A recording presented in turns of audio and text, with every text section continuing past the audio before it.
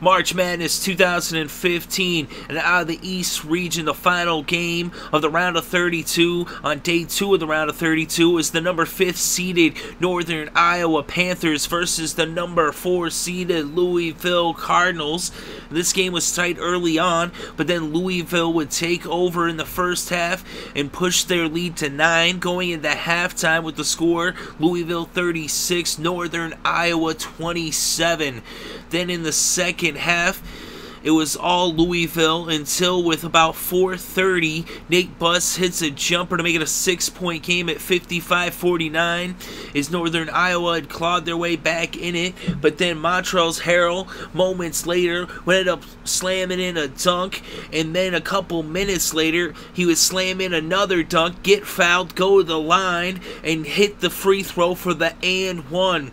That would put the Cardinals up by 11 points with the score 61-50 with less than a minute and a half left to play, and before long the game came to a close with the Cardinals over the Panthers 66-53.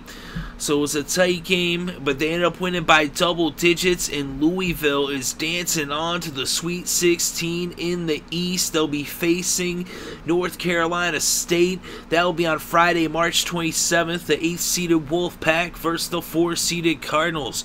But as for this game, Northern Iowa, they gave it their best. They actually had a strong performance from their bench, 26 points off the bench for Northern Iowa, but only one of their starters scored in double digits. By contrast, Louisville had 4 starters scoring double digits, including Terry Rozier, who had 25 points, 5 rebounds, 7 assists, and a steal. Montrezl Harrell had 14.6 rebounds, an assist, and 2 block shots.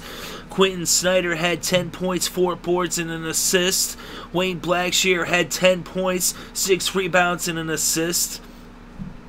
And overall, it was the free throw shooting of Louisville. They got a lot of free throw shots. They saw 81% from the free throw line.